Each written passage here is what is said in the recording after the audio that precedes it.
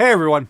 So the channel is still growing like mad. I've just passed 20,000 subscribers and the total view count is just under 1.2 million and climbing. I know that's nowhere near what cat videos draw, but I am completely blown away by the response I've been getting, and I am grateful for all your support. I'm going to be doing some gear reviews and demos, some more tutorials on miking, all kinds of good stuff. I'm just waiting on my drummer friend's schedule to sync up with mine, as I want to give you guys the best videos I can, and that means no programmed drums. So until I can get those finished up, here's a little Q&A session for you guys. Keep those comments coming because I love hearing from you.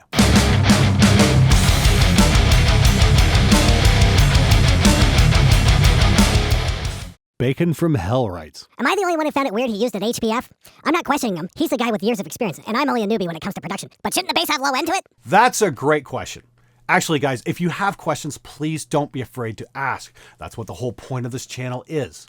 I like answering legit audio engineering questions like this because we're all new ones, and that's how we learn, by asking things. So to answer your question, the reason I'm rolling off the extreme lows and the bass guitar is to get rid of the rumble buildup. These frequencies are so low that most people can't really hear any definition that far down anyway. The distressor rolls off at 75 Hertz specifically to get rid of rumble on a bass. A good rule of thumb for you guys just learning, you should roll off everything to at least 40 Hertz. Bass can go up to 75, 80 Hertz, guitars and vocals around 90, drums about the same. This keeps all the extreme low end from building up on itself.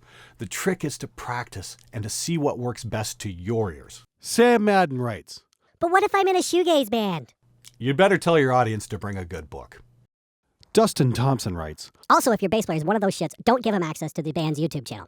I'm in a metal band, and we found a video uploaded by him on our channel of just himself covering an Imagine Dragons song on acoustic guitar. Ugh. You poor bastards! You should make him carry your guitars and amps to the next 25 gigs for letting him stay in the band after that bullshit. And while you're at it, make him wear a dress. Jake McAlpine says, why put so much distortion? This bass sound is shit and destined to get completely lost in the mix. Apart from that, I found your tutorials helpful and your criticisms of useless cunts, bass players, to be pretty damn true. I'm not adding distortion to the bass to get it lost in the mix, but to rather add texture to the heavy guitars. Try it out and then mute the distorted bass track. You'll notice a big shift in the soundscape. It's not one of those things you'll hear by itself, but you'll notice the absence of it if you've mixed it correctly and mute it. It's a very cool trick. I suggest you try it out. Children of Bodom Lover writes, wow, did a 30-second check on the prices of bass strings because I knew they were expensive. Saw strings for about $120 in my home country, and in the US they were like $20 to $30. $20 to $30 is what I spend on strings when I restring my guitars. Dude, I am not sure where you're located, but if your local shop is charging you $120 for a pack of bass strings, it's because the people in your town are stupid enough to pay that much. This is 2014 and there are access to global markets on eBay. Shop around and find some Chinese dealers for strings. You might not be able to get the premium brands, but they'll still be better than playing dead strings. Most of these dealers will ship for free. However, I'd recommend shipping one set first to see how much your country will rape you for customs and import fees before shipping a whole lot of sets. Mike Kelly comments, girlfriend is leaping, so I wave the volume down low. No problems. Then the feedback happens and all hell breaks loose. You massive dick chugger. Dude, she'll get over it. For all the rest of you guys who haven't watched How to Get Your Band Ready for the Stage Part 2, go load it up after this and find out what he's getting at. And then share it with somebody you want to fuck with. Carino writes, what DAW is that? I've never seen it before. I've been using a DAW called Saw Studio for the last 10 years or so. It's very different from a lot of what's out there. It's sort of like having a gigantic SSL console at your fingertips. And if any of you guys know anything about programming, here's the mind-blowing bit. It's written completely in assembler. In layman's terms, that means it's about 1,000 times faster than anything else out there. Jerry Fitzgerald asks, Dan, when are you releasing your first L'Oreal commercial? We need to see those locks flowing in the wind. Yeah, you know, I might be fat and one ugly bastard, but I do have hair that most supermodels would kill for. The fact that I'm in my 40s and still have hair this awesome is something that I love to bring up to my bald friends as often as possible. I'll do a hair commercial for whoever's willing to pay me. And on the Tortured Saint video, we're getting a bunch of replies, like this one from Bowling Ball Head. Video's gay, but the song rips. And Frostblade X comments, the video is a lot better than the audio, and the strippers are always welcome. Good job shooting this. Wish the band was as good as the video, though.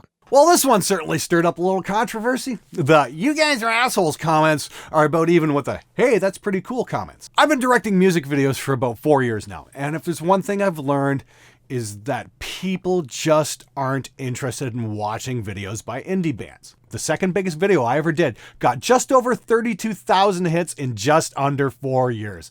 And that's because the singer took an honest-to-goodness nutshot. I've made the videos that people say they want, and nobody watches them. We did a Game of Thrones video, had a lot of fun making it. We even got to decapitate someone. And in a year and a half, we got just under 19,000 hits. We've done videos for all kinds of bands. Nobody watches them. Then we did a hot girl video a couple of years back and took a ton of heat from it from the local scene kids. But people watched it. The publicity was great too. People are going to organize boycotts, protest the band's gigs. Yeah, the same people that never came to the gigs to begin with and never bought the CDs anyway. As it turns out, the local thought police contingent barks a lot more than they bite. Woof woof. Regardless, it just passed 100,000 views. A lot of people who would have never given that band the time of day checked out that video because of the visual content. And you guys can click the link below. The Protocol video, which is an honest-to-goodness beer-drinking anthem, got only 5,000 hits. Great tune, great video, lots of laughs, nobody watched it. So when I did the Tortured Saint video, I approached it with the knowledge of what people actually watch. By way of comparison, the same band that did the Hot Girl video did this really cool zombie video a few months after that. And in the course of the year, it got just 3,500 views. We got more than that on the Tortured Saint video on the very first day. And I'd like to add one thing. If you've never watched pornography in your life, never picked up a copy of Playboy or Maxim, then you might have a point. But I'm guessing that's about none of you. James Howlett asks, If I give you a haircut and round glasses, will you confirm Half-Life 3 for me? I get this quite a bit. I have no idea why you guys keep comparing me to Gabe Newell. Now keep buying your games on Steam, kids, because I really need to buy another private jet. And finally, the stupidest comment of the month comes from Rizabase. Axe Effects was designed for people that have rich musical and tonal ideas. It's for people that would need few amps for 1 gig and 2 large pedal boards to use it with 1 leg. For people like this guy in the vid who only needs high gain channel, or maybe clean one once in a few years, this would be a waste of time and money. He just forgets that there are real musicians in the world, not just him. You know, I find the level of ignorance in this statement to be utterly stupefying. This clown completely ignores rock history. Jimi Hendrix, Eddie Van Halen, Randy Rhoads, Yngwie Malmsteen, and even Dimebag Darrell all turned the music world upside down, somehow managing to get by using only 1 amp. I'm going to be very clear here. If you need to switch out 7 different simulated amp heads to get through a show, it doesn't make you a great musician. It makes you an asshole.